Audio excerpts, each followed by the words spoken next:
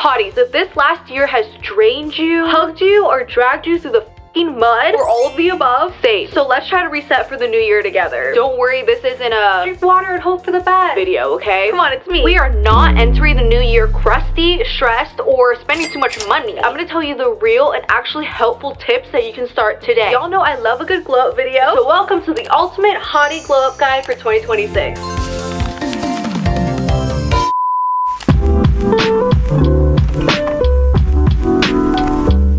Number 1, reply to that text that you accidentally ignored. I know there's probably a text in there from your mom or one of your friends that they sent a few hours ago. You kind of read it in the notification thingies and you replied in your head. That's what I do all the time. I just be replying to people's texts in my head and I'm like, why didn't it send? Like, what? But seriously, when we're thinking about a glow up, it's not all about us. You know what I mean? It's about the relationships that we have and the connections we have with other people. And because it's so easy to like stay connected all the time, it's also harder to stay connected consistently because it's like so easy to do that you can always do it later. If that makes sense, like I always can just text my mom back like in 5 minutes, in an hour, in a day, in a week. You know what I mean? Like it kind of piles up because it's so easy to do that we just don't do it. It costs $0 to be present. And honestly, you just get hotter the more grounded and like connected you are with people. And when you really foster these relationships that you have that maybe you even take for granted, your energy grows and it just feels like less lonely, right? Make a vision board that you will look at every single day. One of the biggest reasons why a vision board actually manifests itself in real life is that you're constantly like looking at your goals, you're seeing it tangibly or just visually,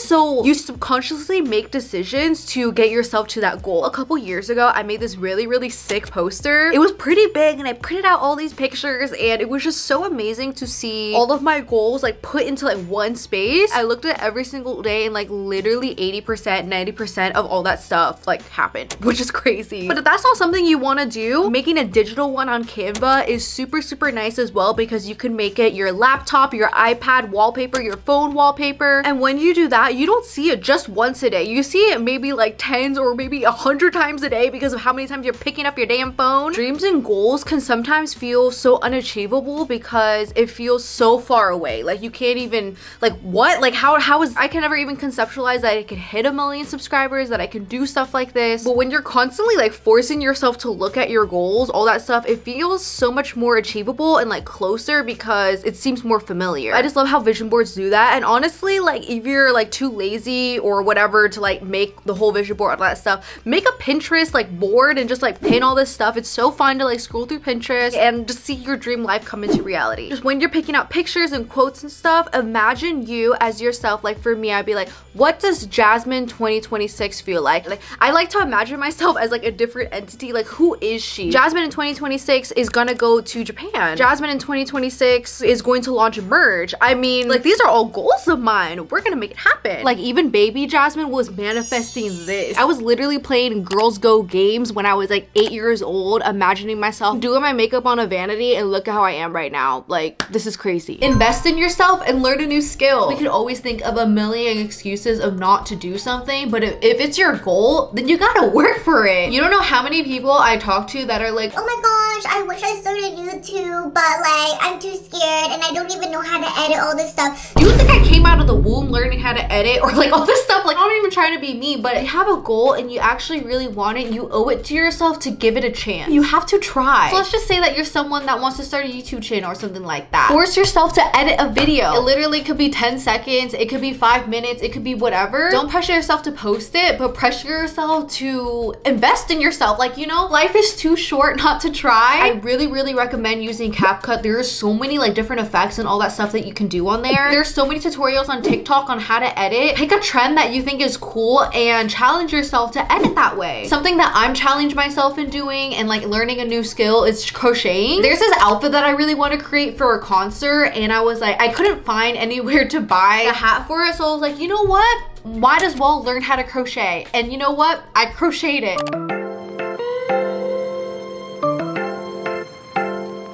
I feel like people don't talk about budgeting or like financial literacy, even though obviously this is so important. I don't want to sound weird or anything, but I'm a really good saver. Like, I think it's because I grew up with a really financially scarce mindset. So I wanted to give you a few of my budgeting or like saving hacks and tips. I'm gonna preface this by saying that this is for the hotties that kind of struggle with overspending or want to budget for leisure/fun money. And these tips don't really pertain to budgeting for mouths to feed or bills or like, you know, all that stuff. Please, I am not a professional.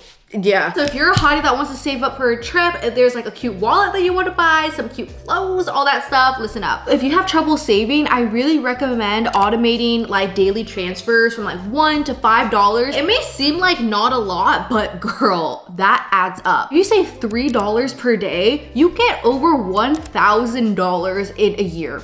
That's insane, especially if you buy boba or coffee or some little cute drink or something that seems so small. That adds up. Another way that I like to save is like doing like event saving, if that makes sense. So basically, if this happens, then I'll save this much. So every time I see a stray cat, I will like deposit $5 into my savings account. Or every time it rains, I'll transfer $2 into like my rainy day fund, emergency fund. It's just kind of like a fun way to save, you know, and it doesn't feel like as like lame. I don't know how to explain it. We obviously want to save our money, but it's just like kind of hard sometimes. So if things happen out of our control, like if I see a cat, I'm like excited to see a cat and I'm like, well, I guess I have to save $5. Like, I don't know, in my brain, that makes sense. And number 3, and I really can't recommend this enough, is to open a high yield savings account. Hot girls have high yield savings account because it's basically a savings account that makes you money without you having to do anything, which is awesome. And the more money that you have in your savings account, the more money grows out of it. We love a financially literate queen, okay? We have to build our power, people.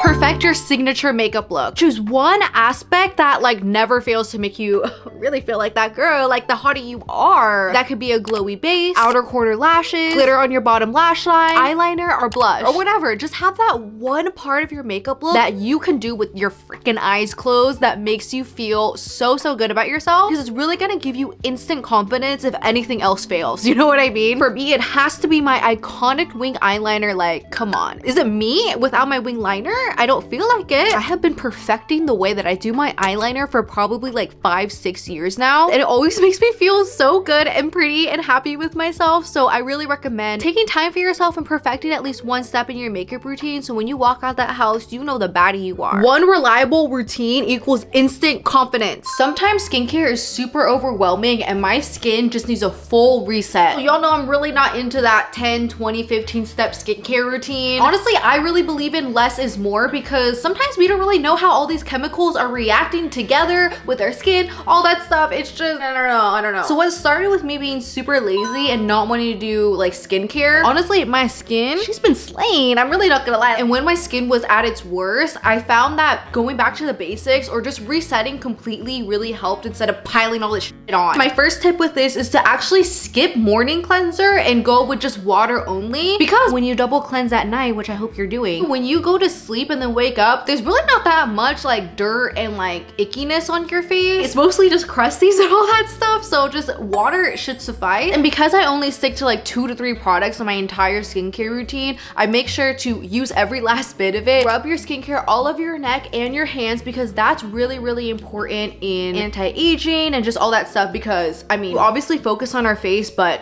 everything else is visible as well. Always applying sunscreen. We all know this, but I used to always skip it, honestly, because it always made my makeup look super weird and it would pill and I would just hate it so much. But I found that actually simply waiting 5 to 10 minutes from doing sunscreen to my makeup to really let that sunscreen absorb in really helped it look way better under my makeup and look super smooth. This is also budget friendly because you don't have to spend so much money on so many different products. You only have to keep repurchasing and buying like the few products that always work. My makeup used to sit really weird on my face. Like there would be so many dry patches and I don't know, it just never looks smooth. If you struggle through this too, I really love dermaplaning my face. It's basically shaving off all of the peach fuzz on your face, just because putting like foundation and powder over peach fuzz doesn't look super smooth because it's not a smooth base. It's super easy to do. All you need to get is like a razor that is specifically made for dermaplaning. They look like this. I got mine at TJ Maxx. They're kind of longer like this, and you want to make sure that you have face oil or moisturizer on your face. Do not dermaplane your face when it's dry, okay? There's so many things with your body that you don't want to do dry.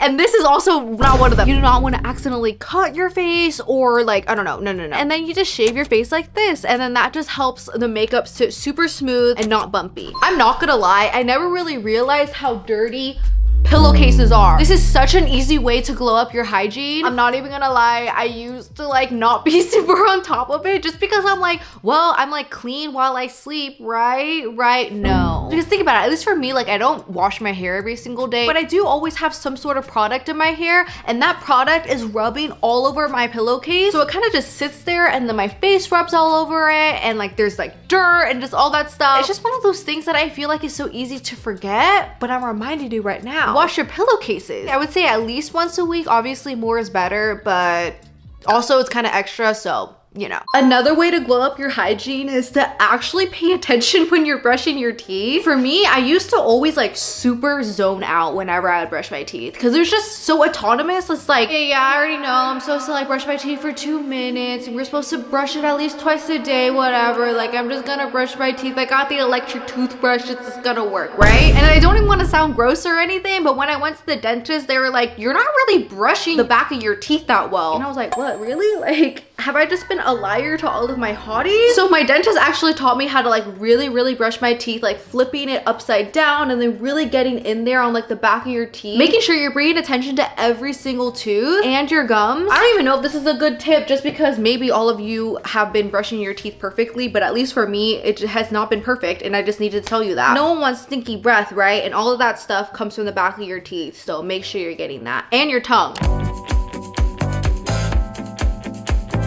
When you're getting ready, remember the 1/3 rule. Technically, it's supposed to be 2/3 rule, but I'm kind of lazy, so let me explain. I've been struggling with feeling like too bummy, if that makes sense. Like I'll go out, like makeup not done, hair in a nest, outfit not cute, and then I wonder why I feel like not great about myself. So I try to at least have one thing on point out of the 3. So that's what I mean by 1/3. Like if I'm not in the mood to do my hair and I don't really want to like think about my outfit, then I'll make sure that my makeup is done and it's tea. Or if I'm not in the mood to do my makeup or figure out a whole outfit, then I'll curl my hair or I'll do a really cute hairstyle. Just a compromise of 1 or 2 things will make the world of a difference. We spend so much time in our room, right? So here are a couple budget-friendly room makeover tips. I love decorating and doing all the things, so here we go. First thing is to rearrange your furniture. It's so fun. Just put on some music and move your bed to a different corner of the room. Move the posters that you have. It just makes the space feel less stagnant and brand new, even though you didn't spend any more money or do anything else. You just move things around, but it feels new. Another thing that you can do is to add a color changing LED light bulb into one of your lamps. These are pretty inexpensive, but you can do so much with it. And it's called mood lighting for a reason. It changes your mood. It makes everything so vibey and cool. And then another thing that you can do is just do like really small decor swaps. You can thrift some frames and put cute photo booth pictures or a drawing or something like that. I have so many silly ones that I just like throw around the house. Or a super cheap way to like hang things up without it looking too boring is to clip it on with a binder clip and then the push pin. I feel like it just adds, I don't know, there's just like something to it that just looks so much cooler than just hanging up a poster, but it was so cheap and easy to do. Look around. Is your space a little messy? Could you like maybe tidy up a little bit? I know I can. I have such a bad habit of like when I get ready, I just like leave my makeup everywhere and I'm like, okay, anyways, so I'll clean with you right now. This is obviously not a revolutionary tip. I'm sure you know that your physical space reflects how you feel inside and in your brain. That's how it is for me. Like when my space is messy, my brain feels messy. But even though I know that, I'm still not the cleanest person, I have to admit. So I just wanted to put this in here so we can clean together, have this little moment of just being real, okay? This is your reminder to clean your room. Oh, it looks so much better. If cleaning is boring and you just want to make it more fun, I really recommend like thinking of it as a speed run. Put on your favorite song, something fast paced, something cool. And in those 2.5-3 minutes, you're gonna try to clean your room as fast as you can. Is it gonna be perfect? No, but is it gonna be better than it was 3 minutes ago? Yes, and it made it way more fun and less like a chore. It's time to glow up your Instagram feed, glow up your social media. Honestly, when I'm glowing up and feeling myself, all I want to do is take a really cute selfie and post it. I love being a Leo. So here's how to take the perfect selfie. Are you lost on how to take selfies? Does your front camera give you a jump scare? Don't worry, okay? Your big sis is here to help with tips and poses. Let's go. Okay, the first thing that I need you to do before you even take the damn picture is to make sure that you're pressing these arrows. It makes the front camera more wide angle, which is super flattering. You can see more of your pretty hair and more of the background. And now you can see my really awesome sexy shirt. Yeah. The way you hold your phone matters, okay? Make sure you're not putting it too low. Just look at how the lens distorts my face. I literally look like a thumb. It's really not cute. I also don't really like eye level. I just feel like it looks kind of, I don't know. I feel the most confident when I raise my arm up and tilt my phone down. This angle is super flattering. It makes your eyes look bigger. It's honestly giving my space realness, which I love. This first pose idea is so aesthetic and it's really easy. All you need to do is actually take screenshots instead of taking a normal picture. These are perfect for IG stories. You can also turn the grid on for that extra spice. If you want to spice up your boring old mirror pic, do this instead. All you need to do is make sure you're on the front camera, sit in front of a mirror and snap away. Just click the volume up button to take a picture. I'm not gonna lie, practice makes perfect with this one. I don't know, it's kind of tricky to do, but once you get it, girl, like you get it, like it's so sexy, right? If you have a favorite side of your face, definitely angle it that way. I know your mirror is dirty, so make sure you clean that. This one is perf if you're wearing super cute shoes and you want to show them off. All you need to do is just raise your phone as high as possible and angle it so you can see your shoes as well. This is a really cute fit pic and you can raise your arm like this, play with your hair, you know, like look candid even though it's not candid at all. You know how it is. Okay, remember that you're beautiful and you're a hottie. Have fun. Follow for more tips. Bye. Mwah. To refresh for the new year, we can do a little social media rebrand. With that really cute selfie that we just took, we can change our profile picture. I say that, but I've literally had the same profile picture since like 2020, but I can't help that I look super cute in it. But it's also really fun to switch it up. Another way to social up your digital presence is to switch up your bio, change it up. Please, I urge you to unfollow all those accounts that make you feel like because this is your space. You need to protect your peace, okay? We're on our phones so much. Like literally the last thing that we need is to feel bad. It's hard to glow up and feel better about yourself if you're constantly like, if on your feed it's just people that don't make you feel good, they're just filled with negativity. It's just not a good environment because why would you do that to yourself? You know what I mean? You need to block and unfollow those people. Just for like a general digital detox, I really recommend decluttering your phone or your laptop. There's so many apps that we don't use anymore and it's just like so much clutter to look at and it's really satisfying to reorganize everything. Delete pictures off your phone that make you mad. I do not want to see pictures of people that I don't like anymore. You're just generally, I don't want to see all these screenshots that I took randomly. Like I am not sentimental with all that stuff. Like if you have done me wrong, I never want to see your face again, truthfully. Again, protect your peace. We can't go into the new year without doing a little bit of reflecting, right? We can't really level up if we don't know where we are. You know, talk to the 2025 version of you. Ask yourself, what are you letting go of? And what are you calling in? You could do this by journaling, or if you're too lazy, like pull up your webcam camera and like talk to yourself. I think this could be a really fun exercise because at the end of next year, you can see how you were the year before and see how your dreams came into fruition, where you are, how much you've changed. Obviously, we want to glow up and level up, but it's really important to stay grounded and truly reflect how you feel. At least for me, I'm the type of person that always wants to be better. I always want to like do the best thing, but I always forget that I had to reflect on myself first and let go of a lot of my insecurities. I really want to try like this next year to not be as big as perfectionist. I just know it's holding me back so much, so I'm gonna try my best to be better at that. Another thing that you can do is to celebrate your small wins. I'm always the type to think that I'm like a major flop and like I haven't achieved anything, and with all of these really huge goals, sometimes they seem so far away. So I really recommend that you make a done list. It's where you write down everything that you're proud of, especially the small wins. It's so easy to forget the little things that you've achieved. Like, I don't know, driving like a few hours even though you were like kind of nervous to do it. Doing a hairstyle that looks super hard but you still like did it anyways. Little wins are still wins, and it's really important to ground yourself and congratulate yourself with all of those things as well. Here's a really good journal prompt for the new year. Write down your highlights from 2025 2025, something you learned in 2025, something that you did that you're proud of, and what you want to leave in 2025. We learn from the negativity, we learn from our mistakes, and we let it go, okay? We have to go into the new year with a clear mindset and good vibes. And here's to the 2026 version of you, of us. She's hotter, she's happier, and she doesn't wait to text you back. I hope this video was helpful, and please tell me your #1 glow up tip for the new year. We all should help each other in the comments. Thank you so much for watching, and I'll see you next time. Bye. Mwah.